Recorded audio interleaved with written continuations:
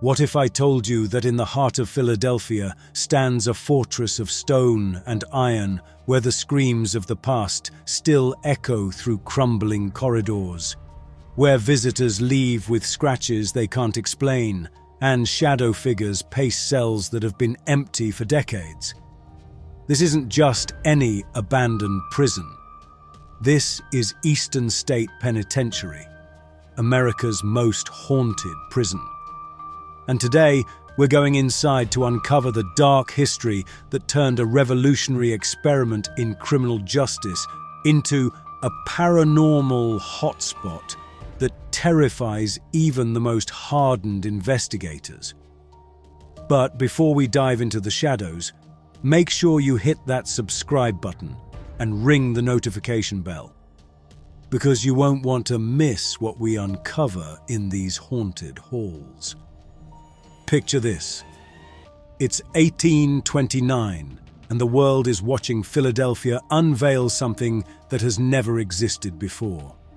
The world's first true penitentiary. Eastern State wasn't just another prison.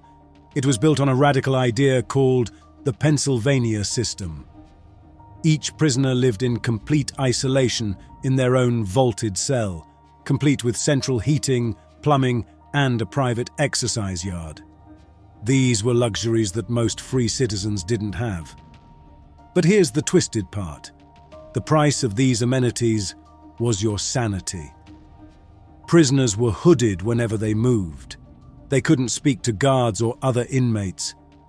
They were left alone with nothing but their thoughts and their crimes, 24 hours a day, 7 days a week. The theory? Complete isolation would force criminals to reflect on their sins and emerge as reformed individuals. But even from the beginning, critics saw through the facade. When Charles Dickens visited in the 1840s, he called the system cruel and wrong, witnessing firsthand the psychological devastation it caused. The prison that promised reform was actually breaking minds. Eastern State's walls would eventually house some of America's most notorious criminals. Scarface Al Capone himself spent time here, living in a cell decorated with fine furniture, oriental rugs, and even a radio. But not even Capone's wealth could shield him from the oppressive atmosphere that was building within these walls. Bank robber Slick Willie Sutton also called Eastern State home, along with hundreds of others whose names are lost to history, but whose presence, as we'll discover, may not be. As decades passed, the prison grew from 250 inmates to a staggering 1,700 at its peak. The noble experiment in solitary confinement crumbled under overcrowding, and by 1913, the practice was officially abandoned. But the damage was already done. Frustration and desperation boiled over into riots in 1933, 1934, and 1961. The prison that once promised enlightenment had become a powder keg of human suffering. In 1971, Eastern State finally closed its doors, leaving behind a crumbling monument to failed idealism. For over 2 decades, it sat empty, paint peeling, steel rusting, nature slowly reclaiming the stone corridors. But here's where our story takes a chilling turn. Even before the prison closed, as early as the 1940s, guards and staff began reporting things. Unexplained sounds, moving shadows, the feeling of being watched in empty corridors. Cell Block 15, Death Row, became particularly notorious. Guards refused to work there alone. They reported hearing footsteps in empty cells, seeing figures that shouldn't exist, and feeling an overwhelming sense of dread that seemed to emanate from the very walls. When Eastern State reopened as a museum in 1994, these reports didn't stop. If anything, they intensified. Suddenly, hundreds of thousands of visitors each year were experiencing the same inexplicable phenomena that had terrified prison staff for decades. Word spread quickly in the paranormal community. Eastern State became a bucket list destination for ghost hunters. Television crews from Ghost Adventures, Ghost Hunters, Most Haunted Live, and MTV's Fear all descended on the prison, and what they captured defied explanation.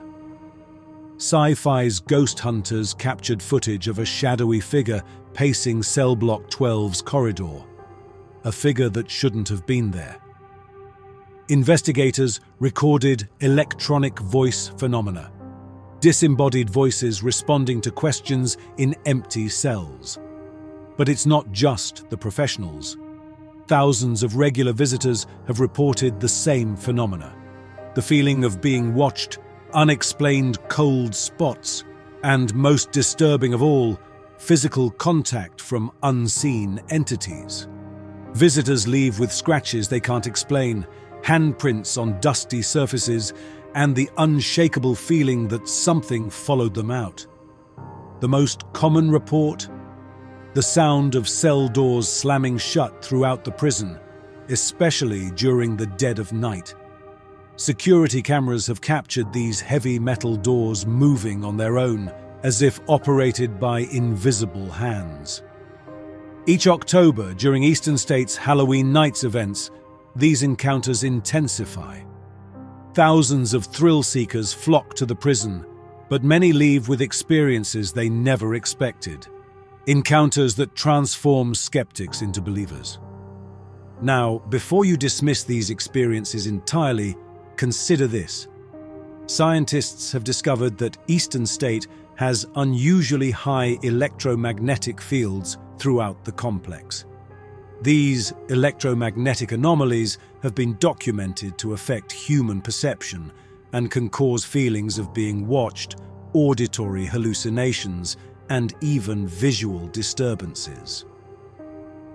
But here's what science can't explain.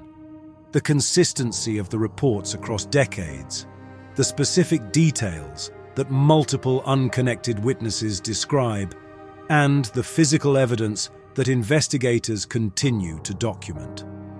Modern paranormal investigators use thermal cameras, EMF detectors, and full-spectrum cameras to document their findings. Yet, even with all this technology, teams regularly leave Eastern State with evidence they simply cannot explain. Today, Eastern State operates as both a historic museum and an educational non-profit focused on criminal justice reform. The prison that once broke minds now works to heal them, offering programs that examine America's complicated relationship with incarceration. But the paranormal reputation persists. Every day, tour guides lead visitors through the same corridors where shadows move without explanation and voices whisper from empty cells. The prison offers both historical tours during the day and paranormal investigations at night, catering to those drawn by history and those drawn by the unexplained. What makes Eastern State particularly compelling is how it affects different people. Some visitors experience nothing unusual and leave with a deeper appreciation for history. Others have encounters that fundamentally change their perspective on life, death, and what might lie beyond. With over 100,000 visitors annually reporting some form of unusual experience, Eastern State has earned its reputation as America's most haunted prison. Whether these experiences are psychological, electromagnetic, or truly supernatural, the impact on visitors is undeniably real. So what do you think? Are the spirits of Eastern State's tortured past still trapped within these walls, or are visitors experiencing something else entirely? The truth is, after nearly 2 centuries of suffering, isolation, and reported hauntings, Eastern State Penitentiary remains one of America's greatest paranormal mysteries. One thing is certain: if you visit Eastern State Penitentiary, you'll leave changed. Whether it's from the weight of its history, the power of its atmosphere, or something far more mysterious, that's for you to discover. What would you do if you encountered something unexplained at Eastern State? Let me know in the comments below. And if you enjoyed diving into America's most haunted prison, make sure you subscribe for more spine-chilling investigations into the paranormal. Hit that notification bell so you never miss when we explore the dark corners of history. Until next time, stay curious, stay skeptical, and remember, sometimes the most terrifying stories are the ones that might just be true.